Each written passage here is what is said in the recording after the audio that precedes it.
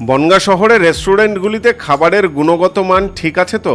ক্রেতাদের সঠিক খাবার পরিবেশন করা হয় তো?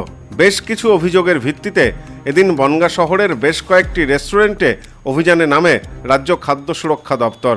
সাথে ছিলেন বনগাঁ পৌরসভা ও বনগাঁ থানার পুলিশ কর্মীরা। এদিনের অভিযানে মূলত রেস্টুরেন্টগুলিতে খাবার তৈরির জন্য যে সস বা মশলাপাতি ব্যবহার করা হয় সেগুলির মেয়াদ ও গুণগত মান খতিয়ে দেখা হয়। রেস্টুরেন্টগুলিতে ফ্রিজের মধ্যে যে খাবার বা প্রসেসিং করা খাদ্যদ্রব্য থাকে সেগুলি ঠিক কতদিন আগে মজুত করা হয়েছিল, সঠিকভাবে সংরক্ষণ করা হচ্ছিল কিনা তা জানার জন্য সেগুলির নমুনাও সংগ্রহ করেন প্রতিনিধি দলের সদস্যরা। এ বিষয়ে বনগাঁ পৌরসভার পক্ষে স্যানিটারি ইন্সপেক্টর অভিজিৎ সরকার বলেন, রাজ্য খাদ্য সুরক্ষা দপ্তর, বনগাঁ পৌরসভা ও পুলিশকে সাথে নিয়ে আজকের এই অভিযান। মেয়াদ উত্তীর্ণ খাবার রয়েছে কিনা, দীর্ঘদিন ধরে একই খাবার সংরক্ষিত করে রাখা আছে কিনা এগুলি খতিয়ে দেখা হচ্ছে। কিছু অসঙ্গতি ধরা পড়েছে, সমস্ত কিছুরই নমুনা সংগ্রহ করা হচ্ছে। ফুড সেফটি ডিপার্টমেন্ট এবং বনগাঁ পৌরসভা, বনগাঁ পুলিশ প্রশাসনের যৌথ সহায়তায় একটি অভিযান চালানো হচ্ছে। বিভিন্ন যে সমস্ত রেস্টুরেন্টগুলো আছে সেখানে আমরা অলরেডি কতগুলো রেস্টুরেন্ট ভিজিট করেছি। তো বেশ কিছু রেস্টুরেন্টে ডেট এক্সপায়ার, পুরনো খাবার যেগুলো ফ্রিজিং করা আছে সেগুলো এই মুহূর্তে আমরা বাজেয়াপ্ত করেছি এবং বেশ কিছু কাগজপত্রের সমস্যা আছে সেগুলো আমরা দেখে নিচ্ছি। পরবর্তীতে নেক্সট পদক্ষেপ আমরা ডিপার্টমেন্টালি ওনাদের জানিয়ে দেব।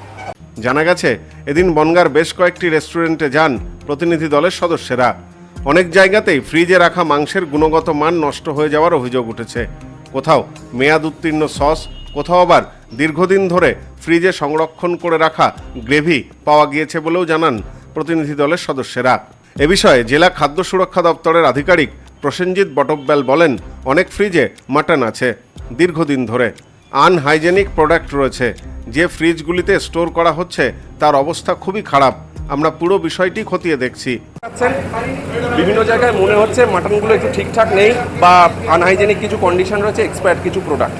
প্রতিদিন কাজ করছি আমরা, ডিপার্টমেন্ট বলবে হ্যাঁ কিছু পাওয়া যাচ্ছে।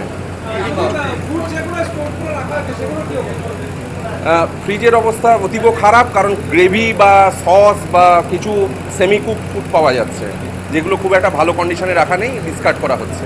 তবে এদিনের অভিযানকে স্বাগত জানিয়েছেন রেস্টুরেন্ট মালিকদের একাংশ। বনগাঁর একটি রেস্টুরেন্টের মালিক দেবব্রত সাহা, তিনি বলেন, এই উদ্যোগকে সাধুবাদ জানায়। রেস্টুরেন্টে অভিযান চালানো হচ্ছে, খাবারের বিভিন্ন নমুনাও সংগ্রহ করছেন তারা।